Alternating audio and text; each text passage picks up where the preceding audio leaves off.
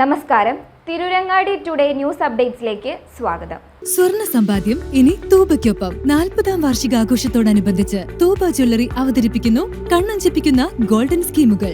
5000 രൂപയിൽ തുടങ്ങുന്ന മാസ നിക്ഷേപ പദ്ധതി മുതൽ പ്രത്യേക മംഗല്യ ആനുകൂല്യങ്ങൾ നേടാം. പണിക്കൂലിയില്ലാതെയും പണിക്കൂലിയിൽ രജിസ്റ്റർ ചെയ്യാനും കൂടുതൽ അറിയാനും 908491 നിങ്ങളുടെ ഇഷ്ട സ്വർണ്ണമണിയാം ഇഷ്ടം പോലെ.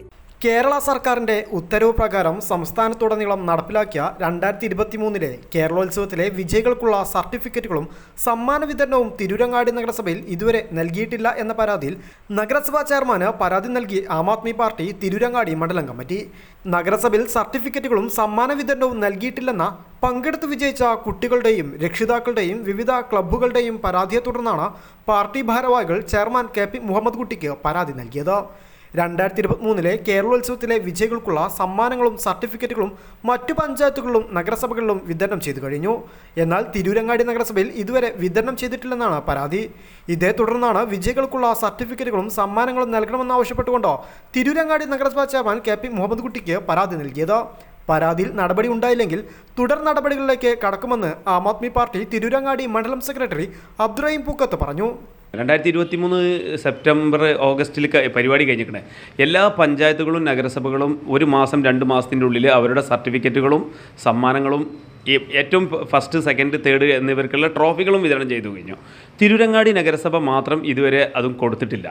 കുറേ തവണ ക്ലബ്ബുകാരും മറ്റും പോയി നഗരസഭയിൽ അന്വേഷിക്കുമ്പോൾ ഞങ്ങൾ ക്ലബ്ബുകാരെ മീറ്റിംഗ് വിളിക്കും, അത് കഴിഞ്ഞാൽ നിങ്ങൾക്കുള്ളത് തരും എന്ന് പറഞ്ഞുകൊണ്ട് ഇങ്ങനെ നീട്ടി കൊണ്ടുപോകണം. ഇതിപ്പോൾ ഏകദേശം ഒരു മാർച്ച് തൊട്ട് ചോദിക്കൽ തുടങ്ങി നിർത്തിപ്പോൾ ഇത് പരിപാടി.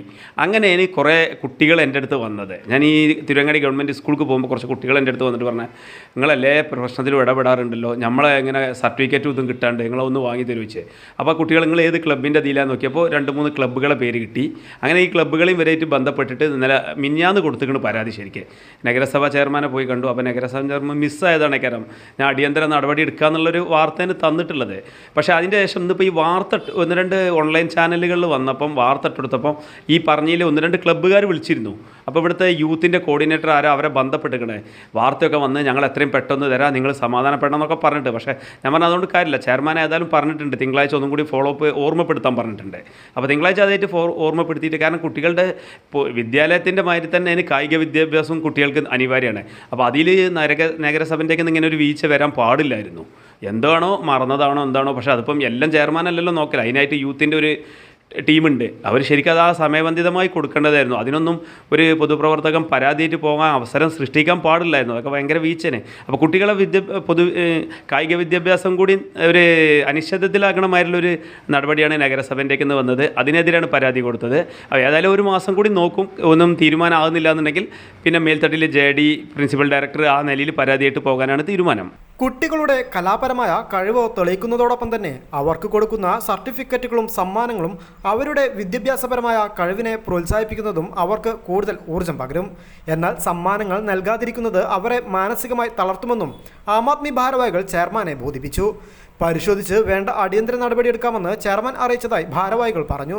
തിരൂരങ്ങാടി മണ്ഡലം ആം ആദ്മി പാർട്ടി ഭാരവാഹികളായ മണ്ഡലം സെക്രട്ടറി അബ്ദുറഹീം പൂക്കത്ത്, MC അറഫാത്ത് പാറപ്പുറം എന്നിവർ ചേർന്നാണ് പരാതി നൽകിയത്. News bureau, Tirurangadi.